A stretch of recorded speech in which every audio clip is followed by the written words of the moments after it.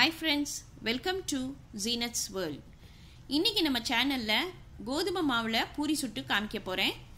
இந்த ரெசிபியை பண்றதுக்கு முன்னாடி இந்த சேனலை புதுசா பார்க்கறவங்க ப்ளீஸ் சப்ஸ்கிரைப் பண்ணுங்க. அப்படியே பக்கத்துல உள்ள பெல் பட்டனை அமுக்குங்க. நான் இப்ப பவுல்ல ஒரு 3 கப் கோதுமை மாவு போட்டுருக்கேன். அதுல 1 ஸ்பூன் சர்க்கரை போட்டுக்கோங்க. 1/2 ஸ்பூன் உப்பு போட்டுருங்க. தண்ணியை நம்ம கொஞ்சம் கொஞ்சமா ஊற்றி பிசைஞ்சுக்கலாம்.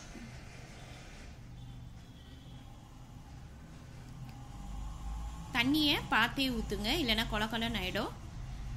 நம்ம மாவை எந்த அளவுக்கு பிசைகிறோமோ அந்த அளவுக்கு பூரி நல்லா சாஃப்டாக வரும். இப்போ நம்ம மாவை பிசைஞ்சிட்டு ஒரு 1/2 hour நம்ம மூடி ஊற வச்சிடலாம்.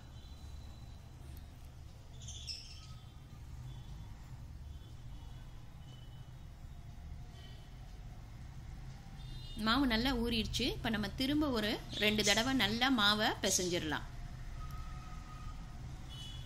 இப்போ அந்த மாவில் நம்ம சின்ன சின்ன உருண்டைங்களாக எடுத்து வச்சுக்கலாம். இந்த மாதிரி இந்த சைஸில் மாவை எடுத்துக்கோங்க.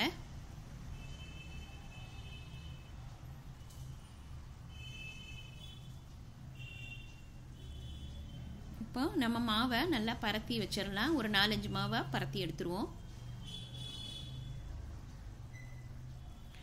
ஒட்டுச்சுன்னா லேசாக கோதுமை மாவை போட்டுக்கோங்க. இப்போ நான் அடுப்பில் கடாயில் ஆயில் ஊற்றி வச்சுருக்கேன். ஆயில் நல்லா காஞ்சிருச்சு. இப்போ நம்ம பூரியை போடலாம். எண்ணெய் நல்லா காஞ்சோன்னு பூரி போட்டிங்கன்னா தான் பூரி நல்லா பொங்கி வரும். எண்ணெய் காயறதுக்கு முன்னாடி நம்ம போட்டோன்னா பூரி ஃபுல்லாக எண்ணெயை குடிச்சிடும். அதனால் எண்ணெய் நல்லா காஞ்சோன்னு நம்ம பூரியை போடணும். பாருங்கள் எப்படி நல்லா பொங்கி வந்திருக்கு பாருங்கள். இப்போ வந்து உடம்புக்கு நல்லது இல்லைன்னு சொல்கிறனால நிறைய பேர் பூரி சுடுறதே ஸ்டாப் பண்ணிட்டாங்க.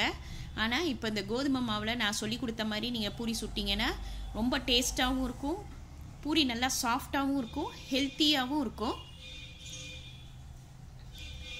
எப்போதுமே கோதுமை மாவில் சப்பாத்தி பண்ணிகிட்ருக்கவங்களுக்கு இந்த மாதிரி கோதுமை மாவில் பூரி சுட்டு கொடுத்தீங்கன்னா விரும்பி சாப்பிடுவாங்க. உங்கள் ஃபேமிலிலேயே எல்லாருக்கும் இது பிடிக்கும். இந்த பூரிக்கு தொட்டுக்க நம்ம உருளைக்கிழங்கு இல்லை குருமா அந்த மாதிரிலாம் தொட்டு சாப்பிட்டோம்னா ரொம்ப சூப்பராக இருக்கும்.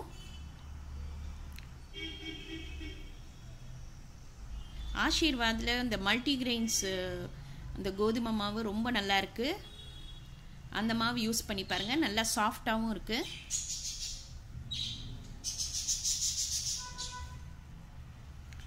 பாருங்க பூரி எவ்வளோ சாஃப்டாக இருக்கு பாருங்க.